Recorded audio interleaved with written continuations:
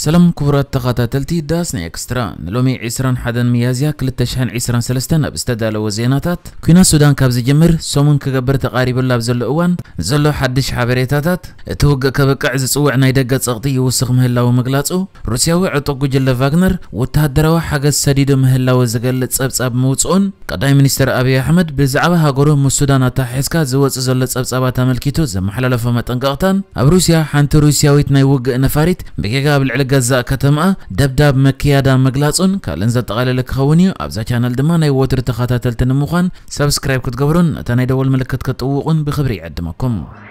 ኣብ ሱዳን ብፍላይ ድማ ብርዕሰ ከተማ ካርቱም ተወልዒ ዘሎ ኩናት ሰሙን ከገበር ተቃሪብላ ኣብ ዘሎ እዋን ነተን ልዕሊ 300 ሰባት ምኽንያት ዝኾነ ወግእ ንምቁራጽ ዲፕሎማስያዊ ጸቕጢ ይውስኽ ኣሎ ተባሂሉ እቲ ኩናት ኣብ መንጎ ስሩዕ ሰራዊት ሱዳንን ሓይልታት ቁልጥፍ ደገፈን ዝተባሃለ ንኡስ ወተሃደራዊ ሓይልን ዝካየድ ዘሎ ኮይኑ ወዲ ሕቡራት ሃገራት ኣሜሪካን ካልኦት ሃገራትን ንሰለስተ መዓልታት ዝጸንሕ ስምዕ ተኹስ ደው ምባል ንምብጻሕ ዝጓየሉ ዘለዋ ምኽንያት ድማ ዒድ ኣልፈጥር ንምኽባር ምዃኑ ተገሊጹሎ ሓይልታት ቁልጥፍ ደገፍ ብሰብኣዊ مخنيات نسبعان كلتن ساعات تصنع تخصد دو مبال كم استسامع عز قلص وكان تخونه كابسراوي السودان جنا زاجز التوها بريئت يلن قد محجز تجبر كل التفتنات تخصد دو مبال فشيلو كم استرفي ذكريو قد محجي حلافي اتسرع سراويت جنرال عبد الفتاح البرهان مستم زي سرع حيلتات زتك كايت كم زقلص حبريته نصيغوني ريو اتناي موداتا تسفا ونص صحفه ود حرات هاغرات انطونيو غوتيريز سيفيلاوين ناو حسبوتا نخبصحو تخصد دو كبل زقربو صوعيتيو انطونيو غوتيريز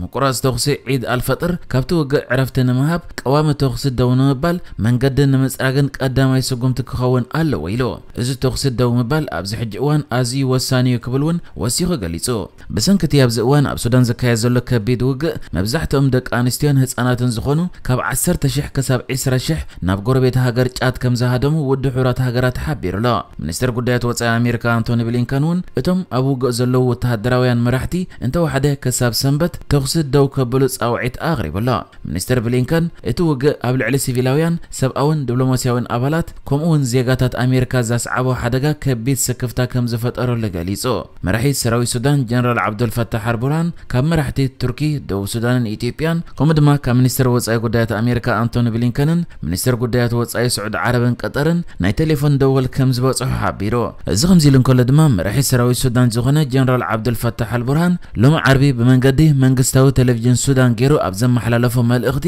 ኣብ መንጎ ንሱ ዝመርሑ ሰራዊትን ሓይልታት ቁልጥፍ ደገፈን ቀጻሊ ግጭት እኳ እንተሃለወ ብምኽንያት ዒድ አልፈጥር ኣብ መንጎ ህዝቢ ተሃገር ሓድነት ክህሉ ጻውዒት ኣቕሪቡ ጀነራል ዓብዱል ፈታሕ አልቡርሃን ዓርብ ንጎ ኣብ መንግስታዊ ቴሌቪዥን ኣብ ዝሃቦ መግለጺ ሱዳን ካብቲ ውግእ ዝያዳ ስምርትን ሓያልን ኮይና ክትወጽእ ኢሉ ንሱ ኣብ መግለጺ ወሲኹ እዚ ቅልውላው ንሓድነትን ድሕነትን ህዝብና ብዝሕሉ መንገዲ ብሰላም ናብ ዲሞክራሲ ክንሰጋገር ብዘኽእለና ጥበብን ሓይልን ክንሰግሮ ኢና ዝብል እምነት ኣለና ክብልን ከሎ እቲ ወተሃደራዊ መራሒግን ሰራዊቱ ንዒድ አልፈጢር ንምኽባር ብሓይልታት ቁልጥፍ ደገፍ ዝተኣወጀ ን72 ሰዓታት ጽንሕ ተኹሲ ደው ናይ ምባል ስምዕ ክኽብር ዲ ኣይኮነን ግና ኣይገለጸን ኣብ ርእሲ ከተማ ሱዳን ካርቱም ብዓርብ ንግሆውን ከቢድ ድምፂ ተኹስታት ከም ዝተሰምዐ ዝተገለጸ ኮይኑ ሓይልታት ቁልጥፍ ደገፍ ከዓ ብመንገዲ ማሕበራዊ ገጻት ኢንተርኔት ኣብ ዘርግሑ ሓበሬታ ብሰራዊት ሱዳን ኣብ ልዕሊኦም መጠነ ሰፊሕ መጥቃዕቲ ከም ዝተኻየደ ከሲሶም እዮም እዚ ውግእ ካብ ዝጅምራት ሒዙ ክሳብ ሕጂ ልዕሊ 300 ሰባት ህይወቶም ሲኢኖም ከም ዘለዉ ዘገለጽ ኮይኑ ልዕሊ 3200 ድማ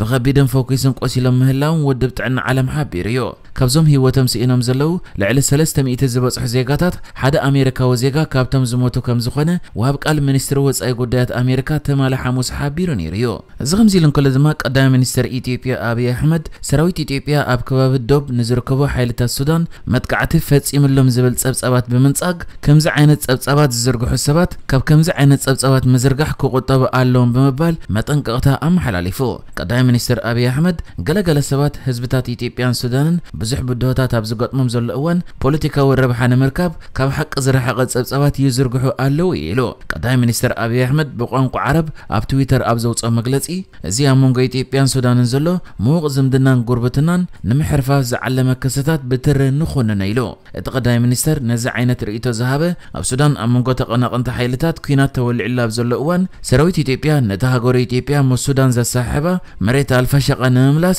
ኣብ ልዕሊ ሰራዊት ሱዳን ተማልሰሉስ መጥቃዕቲ መጥቃዕቲ ፈጺሙ ዝብል ጸብጸባት ድሕሪ ምዝርግሕዮ ከም ዝፍለጥ ኣብ መንጎ ሱዳንን ኢትዮጵያን ብዛዕባ መሬት ኣልፈሸጋ ዘይተፈትሐ ምክርኻር ዘሎ ኮይኑ ሱዳን ከኣብ 2021 ኢትዮጵያ ኣብ ኩናት ትግራይ ተሸይማትላ ኣብ ዝነበረት እዋን ሰራዊት ብምልኣኽ ንመብዛሕትኡ መሬት ኣልፈሸጋ ተቆጻጺራት እያ ካልእ ምዚ ኩናት ብዝተሓዝ ዝተፈላለያ ሃገራት ካብ ከተማ ካርቱም ዜጋታተን ንምውፃእ መደባት ይሰርዓላ ኣብ ዘለዋ እዋን ደቡብ ኮርያ ሓንቲ ወተሃደራዊት ነፋሪት ልኢኻ ነቶም ኣብ ሱዳን ዘለዉ ዜጋታት ከተድሕን ወሲና ከም ዘላ ደቡብ ኮርያዊ ማዕከን ዜና ዮንሃብ ሓቢሩ በመሰረት እቲ ማዕከን ዘርጊሕዎ ዘሎ ሓበሬታ ደቡብ ኮርያ ብመንገድታዊ ወተሃደራዊት ናይ መጓዓዝያ ነፋሪት ነቶም ኣብ ደቡብ ሱዳን ዘለዉ 25 ዜጋታታ ከተውፅያ መዲባ ዘላ ኢሉላ ሚኒስትር ወጻኢ ጉዳያት ዓባይ ብሪጣንያ ጄምስ ክሌቨርሊ ብወገኑ በሰንኪ ኩናት ሱዳን ናብ ሃገራት ሰላማዊ ውቅያኖስ ክገብሮ ሓሲቡ ዝነበረ መብጻሕ ብምቁራጽ ናብ ብሪጣንያ ተመሊሱ ከም ዘሎ ብምሕባር ነቲ ኩነታት ብቀረባ ይከታተልዎ ምህላው ገሊጹ ነዚ ኣብ ሱዳን ዘሎ ኩናት ኣመልኪታ ድማ ማዕከን ዜና CNN ዘርጊሓቶ ኣብ ዘላ ፍሉይ ጸብጻብ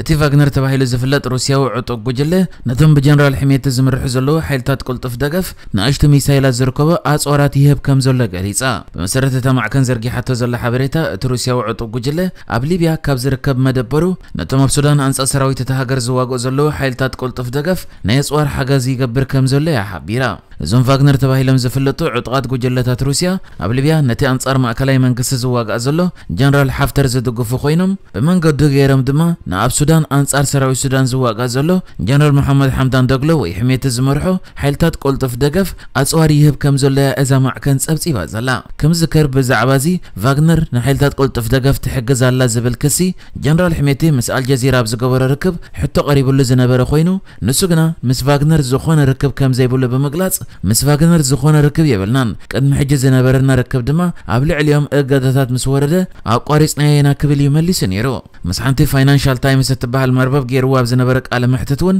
ምስ ቫግነር ቅድሚ ሕጂ ጽቡቕ ርክብ ከም ዝነበሮ ኣብ ልዕሊኦም እገዳ ካብ ዝወርድ ግና ምስኦም ዝነበሮም ርክብ ከም ዘቋረጹን ንጀነራል ዓብዱልፈታሕ አልቡርሃን እውን ምስ ቫግነር ዘለዎም ርክብ ከቋርጹ ነጊሩ ከም ዝነበረ ነታ ማዕከን ዝሓበረ ሚኒስትር ምክልኻል ሩስያ ሓንቲ ናይ ውግእ ነፋሪቱ ብጌጋ ኣብ ጥቓ ደቡብ ዩክሬን ኣብ እትርከብ ሩስያዊት ከተማ ቤልጎሮድ ቦምባታት ከም ዝደርበየት ገሊጹ ኣመሓዳሪ እቲ ዞባ ቪያችላቭ ግላድኮቭ እቲ ኖትጊ ኣብ ማእከል ከተማ ኣስታት 20 ሜትሮ ስፍሓት ዘለዎ ዓቢ ጉድጓድ ከም ዝፈጠረ ገሊጹ ክልተ ደቂ ኣንስትዮ ከም ዝቆሰላን ሓያሎ ህንጻታት ከም ዝተሃስዮን እውን ሓቢሩሎ እቲ ደብዳብ ACU 34 ብዛ ዓይነታ ነፋሪት ውግእ ተፈጺሙ እቲ ክስታት ትማሊ ሐሙስ ምሸት ሰዓት 10:40 በቆጻጸራት ሃገር ከም ዝተፈጸመ ማዕከና ዜና ሩስያ ሓቢረን ኣለዋ እዚ ናይ ሩስያ ናይ ውግእ ነፋሪት ኣብ ገዛእ መሬታ መጥቃዕቲ ፈጺማትሉ ዘላ ፍጻመ ብዝመልከት ድማ መርመራ ይካየድ ኣሎ ተባሂሉሎ ኣብ ማሕበራዊ መራኸቢታት ኣብ ዝተዘርግሑ ስእልታትን ቪድዮታትን በቲ ነታጊ ዝተሃስዩ ዝተፈላለዩ ኣባይቲ እዮም ዝረኣዩ 370,000 ነበርቲ ዘለዋ ከተማ ቤልጎሮድ ካብ ደቡብ ዩክሬን ኣስታት 40 ኪሎ ሜትር ርሒቓ እያ ትርከብ ካብታ ኣብ ዩክሬን ዝዓበየት ካልአይቲ ከተማ ዝኾነት ከተማ ኻርኪቭ ንሰሜን ቁሩብ ርሒቓ ትርከብ ኮይና ኣብ ዝሓለፈ ዓመት ሩስያ ኣብ ልዕሊ ዩክሬን ወራር ካብ እትፍጽማት ሒዛ ነበርታ ኣብ ወትሮ ስግኣት ከም ዝርከቡ ይዝግለጽ እዚ ኸኣ ነፈርቲ ውግእ ሩስያ ናብ ዩክሬን ከጥቅዓ ኣብ ዝኸዳሉ እዋን ወትሮ ብሰማያት ናይታ ከተማ ይበራ ብምዃነን እዩ ንሕጂ ዝተዳለወ ዜናታት እዚ ነይሩ ብካልእ ክሳብ ንራኸብ ሰላም ንዓኹም